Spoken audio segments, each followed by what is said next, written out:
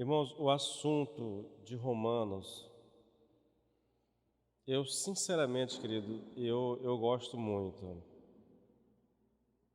É uma realidade, queridos, que, meu Deus, como seria bom se todos nós compreendêssemos de fato, entendeu? Paulo diz: não reine, portanto, o pecado em vosso corpo mortal. E eu vou me deter só nisso, tá bom? A orientação, querido, aqui é uma orientação para que a gente não permita que o pecado governe sobre o nosso corpo. Ah, pastor, mas o senhor não já falou tanto que o pecado não pode mais nos dominar, que nós não estamos mais debaixo da lei, do governo do pecado, que nós estamos agora debaixo da graça de Deus? Só que, e é isso aqui que caracteriza esse ensino mais do que qualquer outra coisa, irmãos, é a ideia de que há uma separação, e Paulo faz isso aqui nesse capítulo 6 e faz no 7 também. Há uma separação aqui entre o meu eu, o meu ser, minha alma, meu espírito e o meu corpo. Eu sei que essa separação é difícil de algumas pessoas entenderem, né? Mas quando você pensa, por exemplo, na constituição do homem, irmãos, o homem, ele é um ser tripartido. O que é isso, pastor? Ele é um ser que tem um espírito, né? Uma alma e um corpo. Isso é uma realidade didática para nós tentarmos entender o homem como um ser completo. O meu espírito se relaciona com Deus. É por isso que o homem, antes de conhecer Cristo, ele está morto espiritualmente. Por quê? Porque o espírito está morto, entendeu? Não pode se relacionar com Deus. Em Efésios 2, versículo 1, Paulo fala, e eu vou abrir o texto para a gente ler, porque ele fala disso, entendeu? Dessa vivificação do Espírito, irmãos. Efésios 2:1, irmãos, é muito claro o texto. Olha, e lhes deu vida, se deu vida é porque não tinha vida, né? E lhes deu vida quando vocês estavam mortos em suas transgressões e pecado. Então eu estava morto em pecado. Eu já nasci nessa condição, morto em pecado. O Senhor vem e nos dá vida. Lembra do que eu preguei domingo? Ser salvo, ser cristão, ser crente. Coloquei isso também hoje na devocional. Significa ter a vida de Deus dentro de nós. Isso é ser crente. Não é frequentar uma igreja, não é ter uma religião, é ter a vida de Deus dentro de nós. Entende? Então, o meu espírito se comunica com Deus. A minha alma é é a sede das minhas emoções, dos meus sentimentos, entendeu? E o corpo é essa janela para o mundo, os sentidos, né? O olfato, o paladar, são essas coisas. Então, eu sei que não dá para separar essas três coisas. Aqui está o espírito, aqui está a alma, aqui está o corpo. Assim como, querido, a gente, quando você olha, a Bíblia diz que só há um Deus. Essa é a crença geral do cristão. Só há um Deus. Mas esse Deus, ele é Deus Pai, ele é Deus Espírito Santo e ele é Deus Filho, entendeu? Ou Deus Pai, Deus Filho, Deus Espírito Santo. São três deuses, não, são só um. Como é que se explica? Aí, querido, são 2000 anos de teologia e ninguém achou uma explicação satisfatória. Porque não há, na verdade. Eu tenho que crer que é assim. Assim como há o Deus Pai no Velho Testamento, agindo na vida do povo de Israel, há Jesus Cristo no começo do Novo Testamento, nos 4 primeiros evangelhos, veio ao mundo, entendeu? Se manifestou, é o Filho de Deus, eu e o Pai somos um. Assim temos o Espírito, que tanto se manifesta nos evangelhos, mas como ganha corpo quando chegamos de Atos em diante. É o Espírito que conduz a igreja. O Senhor Jesus Cristo já subiu aos céus, Ele enviou o Espírito no seu lugar. São três deuses ou são só um Deus? Não, é só um Deus. Mas não são três pessoas? São três pessoas. Como é que se explica? Sei lá. Eu não tenho uma explicação satisfatória para isso. Eu só sei que os três estão na Bíblia. Entende? As características do Pai é a mesma do Filho, é a mesma do Espírito Santo. Deus é onipotente, o Filho é onipotente, o Espírito é onipotente. Então você vai, o Deus é onisciente, o Filho é onisciente, o Espírito é onisciente.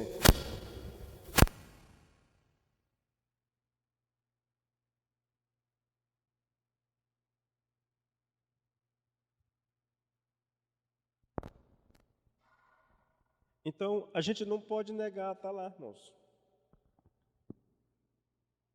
Paulo faz essa separação. E é importante que a gente tenha isso em mente.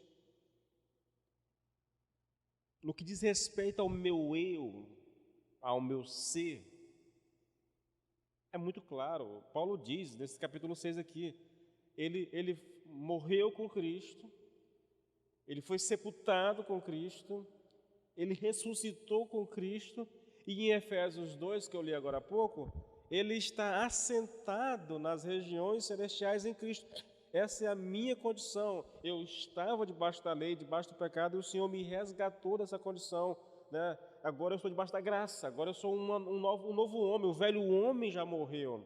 O homem que eu era em Adão morreu, ele não existe mais, agora é um novo homem.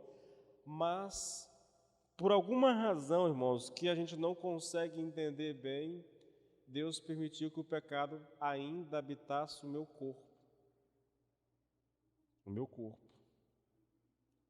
E quando a gente chegar no versículo 3, nós vamos perceber que quando Paulo fala do corpo, ele não está falando só da matéria habita a carne, não é só isso.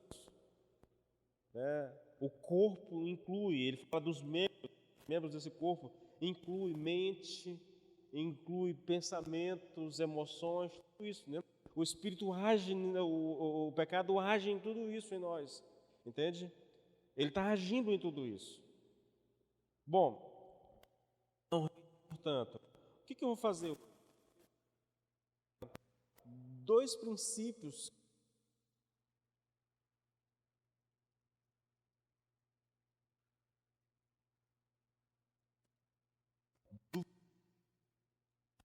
tanto a como toda a realidade, irmãos, muito sobre essa distinção do meu corpo e da minha alma, entendeu? Essa separação que existe. Então vamos aqui, recapitulando para poder ficar uma mensagem completa, já que a semana passada eu não gravei mesmo, né? Olha só, o primeiro princípio é que o pecado ainda permanece e é deixado em nosso corpo, não em nós. Quando eu digo é deixado no corpo, não em nós, eu estou dizendo que o pecado não habita esse novo homem, esse novo Edilson que nasceu em Cristo Jesus, entendeu? Esse Edilson que morreu com o Senhor Jesus Cristo, esse Edilson que foi sepultado com Cristo, esse Edilson que ressuscitou com Cristo, esse Edilson que está assentado nas regiões celestiais, o pecado não o alcança mais, mas alcança o meu corpo, tá bom? Ele permanece no meu corpo. Como pessoas, como almas, já terminamos com o pecado. Entretanto, nós não podemos dizer a mesma coisa com relação ao corpo. Este corpo do pecado, este corpo no qual o pecado habita e o qual ele tenta usar, ainda permanece. Paulo chama de corpo mortal. Significa que enquanto eu estiver nesse mundo, o pecado vai ser esse calo no meu pé, entendeu? Vai me perseguir, irmãos. A luta, né, não cessa enquanto a gente não partir para a glória. Enquanto nós estivermos aqui, haverá lutas, tá bom? O segundo princípio, eu estou recapitulando só a semana passada, é que o pecado não só permanece em nossos corpos, mas se não for combatido, se não for mantido, reinará em nossos corpos e dominará os nossos corpos. Então, a mensagem é muito simples, não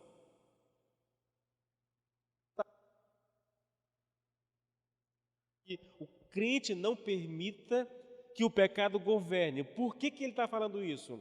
Por causa de tudo que nós vimos dos versículo 1 até o versículo 11, irmãos. Que eu vou em algum momento fazer alguma citação sobre isso, tá bom, querido? Então, tipo assim,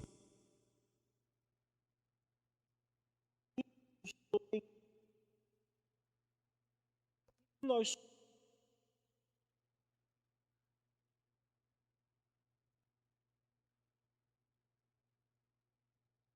estou com Cristo, por causa de quem você é, não permita que o pecado reine no seu corpo mortal.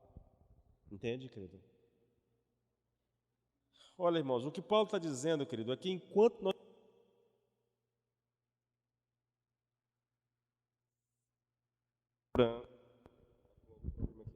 sempre procurando dominar os nossos corpos e dominar-nos por meio do corpo.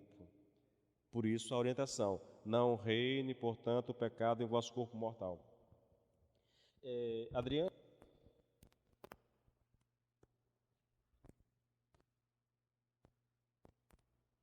Troca essas pilhas. Depois tu me passa, você aqui está com algum problema.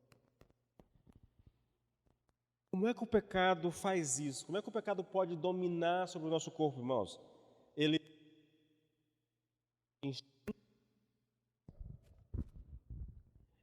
em concupiscência, em desejos, entendeu? Olha, uma coisa interessante, irmãos, isso é muito curioso de se ver, irmãos. Os instintos em si mesmo, eles são bons. Não há nada de pecaminoso nos instintos naturais, mas o pecado tenta transformar aquilo que é bom em algo ruim, em paixões desordenadas, em concupiscências. Vou te dar um exemplo, eu falei isso a semana passada, mas vou te dar um exemplo. Veja o sexo. Queridos, o sexo é uma bênção de Deus dada ao homem. Não há dúvida, é um instinto primitivo no ser humano, entendeu? É daqui que vem a procriação, os filhos e tudo mais.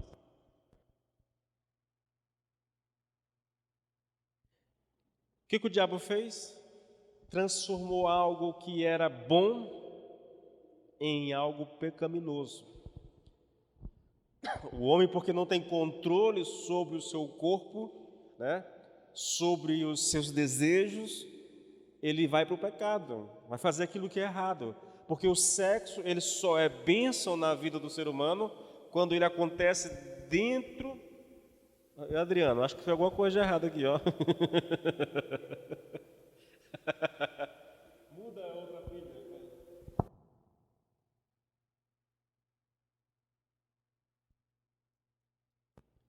Bota as verdinhas. Então, querido, o sexo,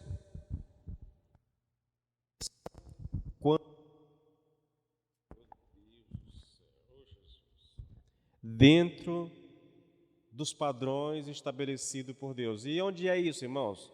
O sexo só é bênção no casamento. Fora, escute isso, irmãos. Fora do casamento, o sexo é uma maldição. É maldição, tá bom? Não há dúvida nenhuma quanto a isso, irmãos. O instinto da fome, né, todos os instintos, que por si só eles são bons, criados por Deus, perfeitos, e o pecado vem para distorcê-los e transformá-los em algo pecaminoso, tá bom? Não pode haver dúvida, irmãos, quanto ao propósito do pecado. A intenção do pecado é que ele vai tentar, vamos ver se funciona agora, tá bom? Ele vai tentar de todas as formas, de todas as maneiras, governar o nosso corpo mortal. Cabe a nós, como cristãos, querido, combatê-lo, não permitindo que ele reine em nosso corpo mortal. Tá? Olha, quando a gente estudou aqui, há uns dias atrás, sobre o que significa nos considerar morto para o pecado, foi dito o seguinte: estar morto para o pecado não significa que eu devo considerar que o pecado, como um poder em mim, está morto. E que, porque eu sou cristão, eu terminei totalmente com o pecado. esse ensino, querido, ele é completamente antibíblico, né? Completamente antibíblico. Porque ele leva as pessoas a entenderem que o pecado, porque eu sou cristão, o pecado foi erradicado da minha vida. Mas isso não é verdade, irmãos. Se o pecado tivesse sido erradicado da nossa vida, então nós não sentiríamos tentações. Nós não seríamos tentados, entende? Por que nós somos tentados, irmãos? Por causa do pecado em nós. Tá? A tentação por si só, ela não é pecado, né? Não é pecado ser tentado, irmãos. O pecado é você ceder à tentação. Então preste muita atenção, querido, agora. O pecado está em nossos corpos e está sempre lutando para exercer o domínio e o controle do cristão. Nunca mais poderá dominá-lo, mas está sempre lutando para dominar o seu corpo. Ele, de fato, pode dominar o corpo por um tempo. E quando isso acontece, quando o pecado domina o corpo do ser humano, do crente, nós temos aquilo que é conhecido como o crente desviado, entendeu? Desviado. Veja que coisa interessante, irmãos. O que é um desviado? É alguém que está sendo governado pelo pecado. É isso. Pastor, mas o senhor não disse que o pecado não pode dominar? Escute só, querido. Qual é a diferença, irmãos, entre um crente desviado e alguém que estava na igreja e saiu, mas não era crente nenhum, de forma alguma? É que o desviado, irmãos, o crente que realmente nasceu de novo, mas que por alguma razão está sob o domínio do pecado, ele vai sentir culpa, muita culpa. Eu falei isso a semana passada aqui, dei meu exemplo, entendeu? Houve um momento na minha caminhada cristã que, como crente, não é que eu me desviei, sabe? Mas por um determinado tempo eu cedi ao pecado na minha vida. E durante todo aquele tempo eu não conseguia ter paz, irmãos, paz. Um crente nascido de novo, irmãos, quando ele está em pecado, ele vai ser perturbado por culpa. Ele sabe que o que está fazendo é errado. E o que caracteriza uma pessoa que estava na igreja, se afastou, mas tipo assim, ele não era crente, ele só esteve aqui por um tempo, mas ele não era crente. É que essa pessoa, quando estiver no pecado, ele não vai se incomodar com o pecado, não vai ter culpa na vida dele, entendeu? Não há culpa. Ele tem prazer no pecado. Escute, irmãos, um crente nascido de novo jamais terá prazer no pecado. Ele pode até pecar, ele pode até ser dominado por um tempo, mas em todo o tempo haverá uma guerra interior dentro dele, porque o Espírito não vai deixá-lo em paz enquanto ele não for libertado daquele pecado. O que acontece com a pessoa que está na igreja e tem prazer no pecado é que ele não é nascido de novo. É simples demais, irmãos, isso. Se está no pecado, ele gosta daquela situação, então ele não nasceu de novo, querido. Porque o crente em pecado vai lutar contra isso, entendeu? O crente em pecado, ele vai sofrer com isso, tá? Lloyd Jones diz, querido, que é por causa dessa verdade que nós temos assim muitas declarações das Escrituras a respeito do nosso corpo e sobre a relação do pecado com ele. Eu não vou citar os textos, porque eu citei a semana passada, mas aí ele passa a mostrar essa distinção que Paulo faz em Romanos mesmo 6, aqui 19, no 7, até no 8, a distinção entre corpo e, vamos colocar assim, entre a minha parte material e a imaterial, entendeu? Essa distinção. É muito claro isso, querido, é muito claro isso, entendeu? Então, assim, eu citei aqui vários textos, eu não vou citar aqui, tá? Como é que a gente, na verdade, o desafio querido, perceber, querido, como que isso é importante na nossa vida. Olha, vou ser franco com vocês, essa é uma realidade que eu vim aprender quando eu comecei a ler Lloyd Jones. Eu não sabia dessa distinção, eu não tinha consciência dela, entendeu? Então, porque não tem consciência dela, o drama nosso então, porque eu peco, querido, tipo assim, eu pequei hoje, estou lutando contra isso, confessei ao Senhor, me arrependi, aí lá daqui a 15 dias de novo, lá vai eu fazer a mesma merda de novo, e aí você fica, meu Deus, será que eu sou crente realmente? Essa distinção, querido, ela tem a intenção de trazer paz, não é acomodação, não é aceitação do pecado, mas é uma certa paz interior para o crente, entendeu? Porque eu sei que eu já sou salvo, eu não tenho dúvida, a minha posição em Deus é que eu já estou assentado em Cristo nas regiões celestiais, aguardando que esse corpo aqui dê lugar, esse corpo mortal dê lugar a um corpo glorificado, entendeu? Porque enquanto eu estiver nesse corpo, eu vou ter luta com o pecado e, vez ou outra, eu vou ceder ao pecado. Então, essa distinção, querido, ela é muito importante para que a gente aprenda a ter paz. Eu, pessoalmente, como novo homem em Cristo, estou de fato morto para o pecado. Não tenho mais nada a ver com ele e ele não tem mais nada a ver comigo. Acabei com o pecado como um tal, mas o pecado ainda habita o meu corpo mortal. E ele vai continuar a me aborrecer, e eu vou ter que lidar com ele, querido, enquanto eu estiver nesse corpo mortal. Por isso a orientação de Paulo, não permita que ele reine, não permita que ele governe o teu corpo mortal, não permita que o pecado te governe, não permita que o pecado exerça domínio sobre o teu corpo mortal, entendeu? A orientação é nesse sentido, irmãos, que há uma guerra, que há uma luta, entende? Que o pecado vai tentar. E eu disse isso a vocês na semana passada, quem estava aqui, não dá para a gente separar aqui, irmãos, o pecado do diabo. Se você olhar na Bíblia, querido, o que aconteceu? Como foi que o pecado entrou na história do homem? Através do diabo, entendeu?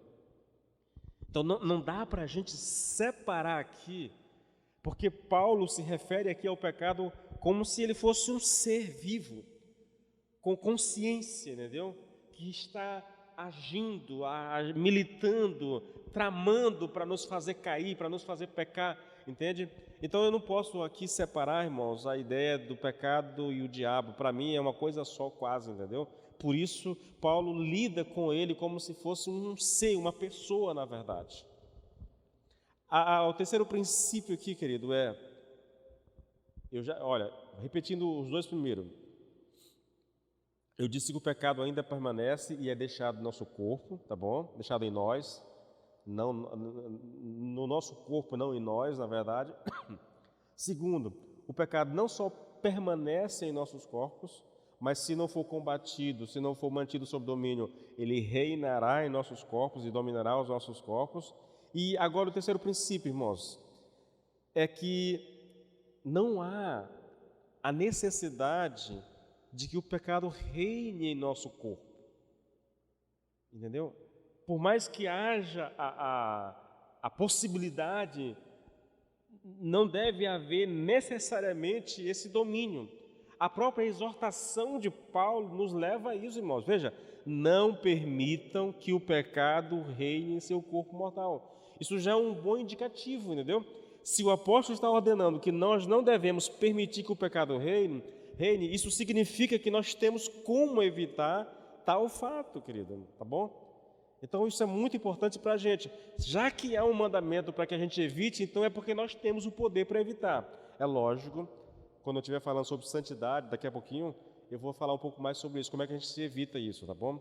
O quarto princípio, né, e aqui é onde nós vamos falar sobre santidade, o quarto princípio a ser extraído aqui é que nós somos inseridos, através desse versículo, na doutrina da santidade e da santificação. E aí eu passo agora a fazer algumas considerações, algumas observações a respeito da doutrina da santidade, irmãos, tá bom? É um tema inseparável. Esse tema, até aqui, até o versículo 11, tudo é doutrina, tá bom? É doutrina. É o que é dito a nosso respeito. É Deus falando a nosso respeito, da nossa posição em Cristo. Chegou no versículo 12, nós temos essa parte prática, né? Prática. E aí, essa parte prática nos leva à doutrina bíblica sobre santidade, sobre santificação. E eu vou fazer aqui algumas observações sobre essa doutrina. A primeira, querido, é que essa doutrina é algo que eu e vocês temos que pôr em prática. Parece uma observação boba, mas, infelizmente, muito do que nós temos hoje em relação à doutrina da santidade é um equívoco a respeito do ensino bíblico, tá bom? Observe o mandamento, irmãos. Não permitam que o pecado reine em vosso corpo mortal. Isso não parece um dom que nós recebemos.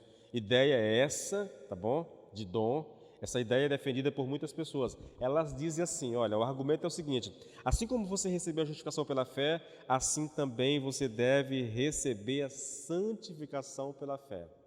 Eu sei, a não ser que você, ouvindo pregadores aí nas redes sociais, você caia em alguém que ensine isso, tá bom? Mas, por causa da nossa realidade, dificilmente você vai ouvir algo dessa natureza, tá bom, gente? Repetindo, a não ser que você ouça algum pregador em rede social aí, mas você, por causa da nossa realidade, por causa do que é ensinado aqui e do contexto que nós estamos inseridos aqui no Buriti, você provavelmente não conhece esse ensino, mas há um ensino, né, nos tempos aqui de Lord John e no nosso próprio tempo, mas mais voltado para as grandes capitais. Essa é uma doutrina que tem recebido muita força, na verdade, entendeu? A ideia de que, assim como você recebe a justificação, você recebe também a santificação. É um ato de Deus, entendeu? Que quando Deus vem sobre você, Ele te santifica totalmente. É um negócio muito perigoso, irmãos, muito perigoso. É lógico que não há nenhum respaldo bíblico, querido, para defender essa verdade. Na verdade, o texto que nós estamos estudando milita ferrenhamente contra esse ensino, irmãos. Paulo está dizendo, não permita que o pecado reine em seu corpo mortal. Então não tem nada a ver com um ato. Eu estou numa reunião e ali o Senhor me visitou e eu fui santificado. Isso não existe, irmãos, tá bom? A segunda observação, a santificação não é uma experiência de libertação ocorrida uma vez por todas. Segue o mesmo pensamento, viu? O mesmo pensamento. Escute isso, irmãos. Não pode ser isso, de forma alguma. Por quê? Porque o pecado, ele vai continuar em meu corpo enquanto corpo mortal. E enquanto o pecado permanecer no meu corpo, eu nunca terei a experiência de uma súbita libertação do pecado para sempre. Novamente, são conceitos defendidos. Lord John fala disso, isso na época de Lord John, isso era muito batido, as igrejas defendiam isso ferrenhamente, entendeu? Essa ideia de uma experiência libertadora do pecado, entendeu? Uma visitação, um agir de Deus na tua vida, onde você é completamente, o poder do pecado é completamente quebrado na tua vida. Escute isso aqui, olha. Aí eu falo de Lord John, ele fala de pessoas que viveram um cristianismo sofrido porque acreditavam na possibilidade de uma experiência libertadora. Irmãos, seria bom realmente, né? Se Deus nos permitisse algum tipo de experiência em que o poder do pecado fosse completamente extinguido da nossa realidade como ser humano, como pessoa do corpo, e eu não fosse mais tentado por nada, entendeu? Então, repetindo, Lord John fala de pessoas que viveram um cristianismo sofrido porque eles acreditavam nessa possibilidade, algo que poria fim, né, um ponto final na luta contra o pecado. Entretanto, irmãos, como essa experiência nunca ocorreu, essas pessoas viviam frustradas e até mesmo com Deus. Eles nutriam a expectativa, mas isso nunca aconteceu. Essas pessoas nunca entenderam realmente o ensino de Paulo aqui em Romanos 6. Eu vou correr um pouquinho mais para terminar logo, viu? Por causa da garganta. A terceira observação, a santificação não é algo que alcançamos apenas nos rendendo ao Senhor Jesus Cristo. Isso tudo aqui, querido, são doutrinas, essa eu conheço, tá bom? Essa eu li a respeito, no começo da minha caminhada, tá bom?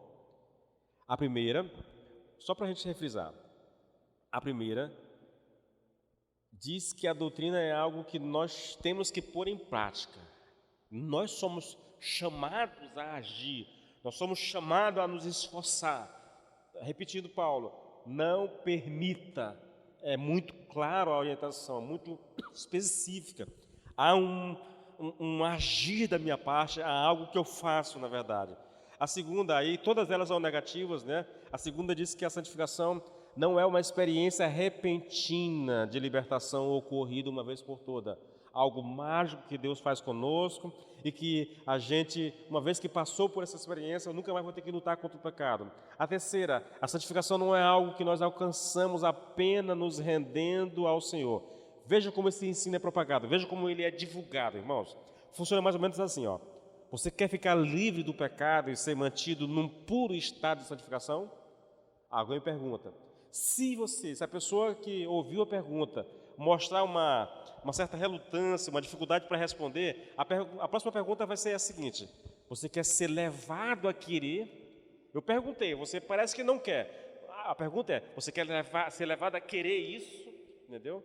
Outra maneira de ver o problema, de apresentar essa solução, é a seguinte: as pessoas dizem o seguinte, olha, o seu problema deve ser o fato de que você está lutando e pelejando contra o pecado. E naturalmente você é derrotado. É aí que está o seu erro. Você não tem que fazer nada, exceto render-se, olhar para o Senhor e deixar que Ele viva a sua vida em você. Ele lhe dará a vitória e o manterá vitorioso e você não terá mais problema. A ideia é a seguinte, irmãos, não lute contra o pecado. Se renda a Deus e Ele vai te dar a vitória. Novamente, irmãos, como é que eu posso conciliar, querido, esse tipo de ensino com o texto que nós estamos estudando? Imagine, olha Paulo dizendo, não permitam, ei vocês, não permitam que o pecado reine em vosso corpo mortal. Alguém chega e diz assim, Paulo está equivocado. Você quer vencer o pecado? Se renda a Deus. Se entregue a Ele, não lute contra o pecado, o segredo é não lutar, baixe as armas, tá? Baixe as armas, fique tranquilo, deixe que o Senhor vai vencer. Irmãos, isso é um perigo muito grande. Na verdade, querido, é muito emblemático que esse tipo de ensino prospere dentro da igreja do Senhor Jesus. Estranho, irmãos. Escute a pergunta, será que não se percebe que manter um ensino como esse resultaria numa catástrofe bíblica? Pois isso anularia a segunda metade de quase todas as cartas do Novo Testamento. O que está sendo dito aqui? Se você pegar as cartas do Novo Testamento, principalmente de Paulo, você vai perceber um comportamento típico. Olha a nossa carta de Paulo aqui. Primeiro, doutrina. Paulo vem fixando isso, né? Desde o versículo 17 do capítulo 1, Paulo vem estabelecendo a doutrina da justificação pela fé. Entendeu? Aqui ele está fazendo uma pausa por causa do que ele disse nos versículos de 1 a 11, mas ainda é a parte doutrinária, entendeu? Quando eu chegar lá no capítulo 12, aí Paulo passa a mostrar como que as pessoas que nasceram de novo, que foram justificadas pela fé, devem viver. Prática, vida de santidade, entendeu? Então ele gasta o capítulo 12, 13, 14, 15, 16, falando de como eu devo viver. Olha a carta de Efésios, por exemplo. Capítulo 1, 2, 3, doutrina pura, irmãos. Pura, celestial. Mas capítulo 4, 5, 6, Paulo vem dizendo assim, agora vocês vão fazer isso. Porque vocês são o que são, agora vocês devem viver dessa maneira. Se esse ensino aqui se mantiver, nós estamos anulando quase todas as cartas do Novo Testamento, a parte final dessas cartas que tratam de como nós devemos viver. Porque a vida de santidade é isso, irmão. Como é que eu vivo a minha vida aqui nesse mundo? Como é que eu faço, na verdade? Como é que eu posso lidar com as pessoas? Qual é o meu comportamento? Como eu devo me vestir? Como eu devo falar? Como eu devo tratar as pessoas? Como eu devo reagir diante das lutas que eu passo? Tudo isso são orientações nos dadas nas cartas, entendeu? Isso tem a ver com a nossa vida de santidade. Esse ensino que diz assim, olha, pare de lutar, se renda a Deus, se entregue a Ele e você vai alcançar a vitória, isso é contrário às Escrituras, irmãos. Não tem como a gente manter isso, tá? Então vamos lá. E qual é o método, então, querido, de santificação ensinada no Novo Testamento? Como é que eu devo me santificar? Escute isso, olha, irmãos. A santificação se processa conforme vamos sendo levados pelo Espírito Santo a tirar deduções da doutrina estudada. Então, como é que funciona a santificação? Eu pego a parte doutrinária. Está aqui um exemplo bem claro, irmãos, bem claro. Quando Paulo diz, não reine, portanto, em vosso pecado, o pecado em vosso corpo mortal, isso é a aplicação daquilo que ele disse nos versículos de 1 até o 11. Irmãos, isso é muito claro, na verdade. Ele mostra quem somos, o que foi feito por nós, entendeu? E agora diz assim, olha, porque vocês são o que são, então não permitam que o pecado, ele está fazendo uma dedução. Vocês já morreram com Cristo, vocês são sepultados com Cristo, vocês ressuscitaram com Cristo, vocês estão unidos a Cristo, estão mortos para o pecado. Então, por causa disso, não reina, não permita que o pecado reine em seu corpo. Entende? É assim que funciona, irmãos. É assim que funciona o processo de santificação. Você deseja viver uma vida de santidade? Você anela ter vitória sobre o pecado em seu corpo mortal? Como é que eu posso fazer isso? Primeiro, procure entender a doutrina. Procure entender a doutrina. Fazendo uma aplicação dos versículos de 1 a 11, seria mais ou menos assim. Você entendeu os versículos de 1 a 11? Você entendeu o que o apóstolo quer dizer quando afirma que você não pode permanecer no pecado para que a graça abunde, porque você já está morto para o pecado? Você entendeu que de fato morreu para o pecado e o seu velho homem foi crucificado? Tudo isso são deduções que nós fazemos daquilo que foi ensinado. Por causa de tudo isso, então eu preciso aplicar essa minha vida. Irmãos, para mim isso é muito claro, muito específico, na verdade, entendeu? Depois que eu entendo a doutrina, irmãos, eu devo me lembrar dela constantemente. Paulo diz no versículo 11, né? Considerem-se mortos para o pecado. Considerem, né? Mantenha-se considerando, aperceba de quem você é, aplique isso a você mesmo, entendeu? Tire as deduções inevitáveis da doutrina. Quais são essas deduções, querido? Irmãos, tudo isso aqui é uma forma de você compreender a palavra. Olha, se eu de fato creio na doutrina, se eu a entendo, se eu me dou conta de suas implicações, eu sou forçado a fazer a pergunta, que tipo de pessoa devo ser à luz disso? Só um exemplo, vamos lá. Você olha para os versículos de 1 a 11, ou então volta um pouco mais para tudo que é dito lá, na justificação pela fé. Há uma descrição de quem nós somos, do que foi feito por nós. Bom, se tudo isso é verdade a meu respeito, então como é que eu devo fazer agora? Como é que eu devo viver a minha vida?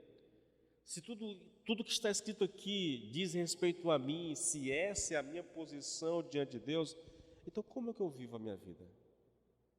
Eu estou morto no pecado, então eu posso continuar pecando? Irmãos, olha, querido, isso é muito importante para nós. Eu diria que é a falta disso no nosso meio, dessa disposição da gente tentar compreender essa necessidade que eu vejo muito hoje na igreja, entendeu? Eu quero prática, pastor, eu não quero doutrina. Contei isso a vocês aqui, eu conheço muita gente na igreja que não gosta de doutrina, que não quer saber de uma exposição bíblica. O que ele quer pastor, eu quero ser santo, me dê aí 5 passos de como eu devo viver a santidade. Querido, primeiro eu tenho que te mostrar a doutrina. Primeiro você precisa saber quem você é. Não adianta eu dizer para uma pessoa, faça isso, faça aquilo. Irmãos, isso não funciona dessa forma, querido. Esse texto trata da verdade a nosso respeito, irmãos. A verdade é, eu morri com Cristo. A pergunta é, por que eu morri, ou para que eu morri com Cristo? Entende? Qual é a minha situação agora? Que espécie de homem ou mulher eu devo ser, tendo em vista tudo que já me aconteceu, na verdade? Quando eu começo a perguntar, querido, eu sou levado a essa doutrina da santificação, a perceber a necessidade que eu tenho de viver uma vida santa. O pecado não pode mais me dominar. Outra maneira de dizer, querido, que a santificação se processa conforme vamos sendo levados pelo Espírito Santo a tirar deduções da doutrina, é essa aqui, olha, santifica-os na verdade, a tua palavra é a verdade. Isso foi o Senhor Jesus Cristo que disse a respeito dos discípulos. Santifica-os na verdade, a tua palavra é a verdade. Ou essa aqui, ó, conhecereis a verdade e a verdade vos libertará. A santidade vem por meio da palavra, irmãos, da verdade, das Escrituras. A verdade que nos liberta, irmãos, é a que diz quem nós somos, o que foi feito em nosso favor. É essa verdade que tem o poder de nos libertar. É a verdade que diz que o pecado não pode reinar em meu corpo. E por que o pecado não pode reinar em meu corpo, irmãos? Porque se eu deixar que o pecado reine em meu corpo mortal, eu estarei vivendo uma situação contraditória. Como é assim, pastor? Irmãos, escute. Por causa de quem eu sou, de tudo que Cristo fez por mim, porque eu morri com Cristo, porque eu fui sepultado com Cristo, porque eu ressuscitei com Cristo, porque eu estou assentado nas regiões celestiais, porque Deus me arrancou do império das trevas e me transportou para o reino do Filho do seu amor. Querido, eu não posso permitir que o pecado reine no meu corpo, porque isso me coloca numa situação contraditória. Eu vou te explicar como é que funciona. Olha, se eu digo que creio no Evangelho, que creio em Cristo para ser libertado, e que como resultado da minha fé eu estou nessa nova posição, agora eu estou em Cristo, debaixo da graça, né? Entretanto, eu continuo vivendo como se não estivesse numa nova posição, eu estou me colocando numa situação completamente contraditória, irmãos. Louvado seja o Senhor, porque o Senhor me resgatou, porque o Senhor me deu nova vida. Sim, você é uma nova criatura, amém. Então por que você continua vivendo como se fosse uma velha criatura? Que contraditória é essa? Que contradição é essa, na verdade? Entende, querido? Por que eu não posso permitir que o pecado reine no meu corpo? Deixar que o pecado reine em meu corpo mortal é uma completa negação de tudo que mais anelo quanto ao futuro. Irmãos, prestem atenção nisso aqui, irmãos, veja como isso aqui é importante. Olha, como um cristão que entende essa doutrina, digo que sei que vem um dia em que Cristo terá vencido todo o inimigo e reinará sobre todos.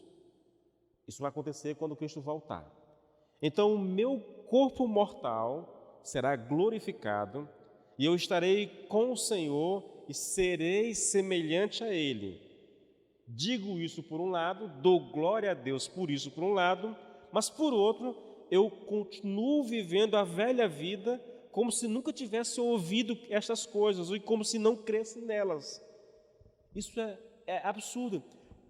Sintetizando isso aqui, seria mais ou menos assim, ó. Eu quero muito ser santo no futuro. Eu almejo o dia em que eu vou receber um corpo glorificado, porque eu quero viver na presença do Senhor. Mas, enquanto esse dia não chegar, eu vou continuar aqui no pecado mesmo, no lamaçal do pecado, entendeu? Quando o dia chegar, eu me livro do pecado.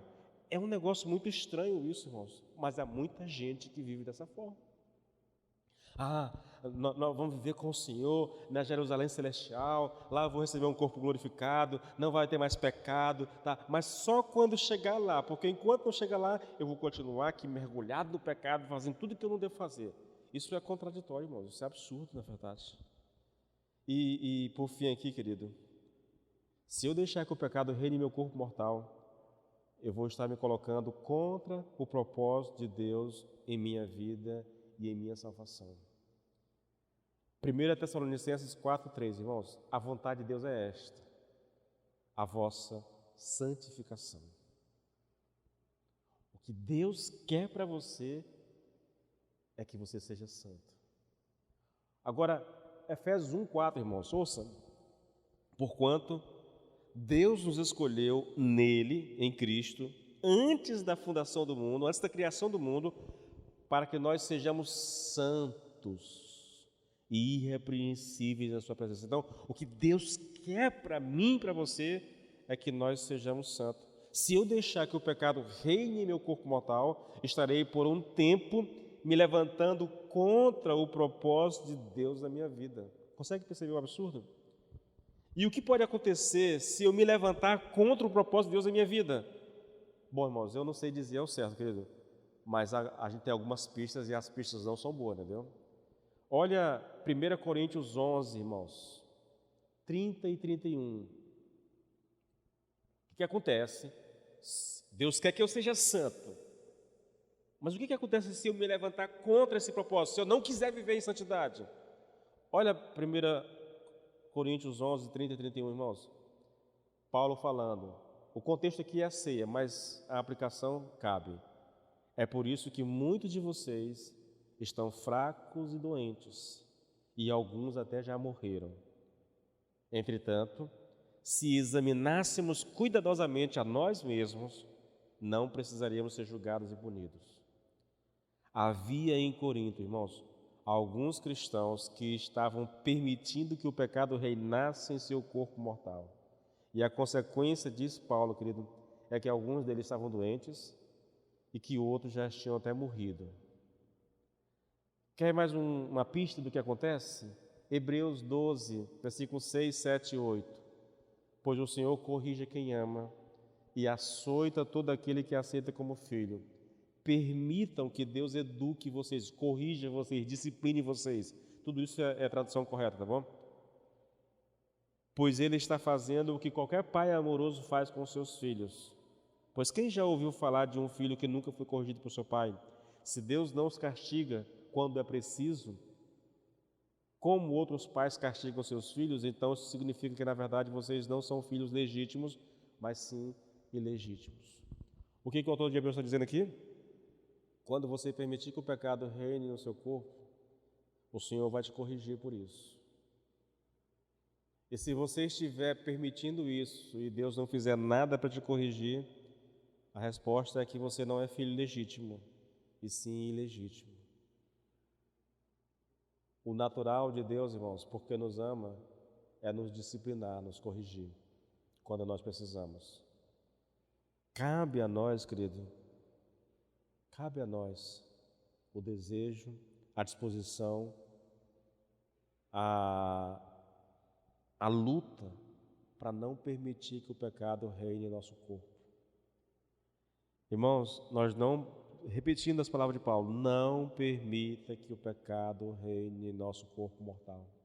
Não deixe que aconteça. Não permita ser escravo do pecado. E não importa a origem do pecado, o tipo de pecado, não permita. Não ofereça os membros do seu corpo como instrumento de iniquidade. É o que nós vamos ver mais a semana que vem, entendeu? Não deixe que os membros do corpo sejam usados como instrumento de iniquidade, mas ofereça esses membros a Deus, para que sejam usados para a glória de Deus. Esse é o nosso desafio, querido. E eu vou encerrar para poupar um pouco isso aqui na minha garganta, tá bom? Vamos orar ao Senhor. Pai, nós te louvamos porque o Senhor nos dá a graça e o privilégio de ouvir a Tua palavra, Senhor. Como é bom, Senhor, meu Deus. Como é prazeroso, Senhor, edificante e desafiador ouvir a Tua palavra. Que o Espírito nos capacite a vivê-la no nome de Jesus. E o Espírito nos capacite a colocá-la em prática, Senhor, no nome do Senhor Jesus. Que sejamos homens e mulheres santos, porque somos filhos de Deus, porque fomos comprados por preço de sangue, Senhor, porque somos chamados e desafiados pelo Senhor a viver em santidade. Dá-nos graça, Senhor, e nos capacite a vivermos como filhos, para a glória do Teu nome. Amém.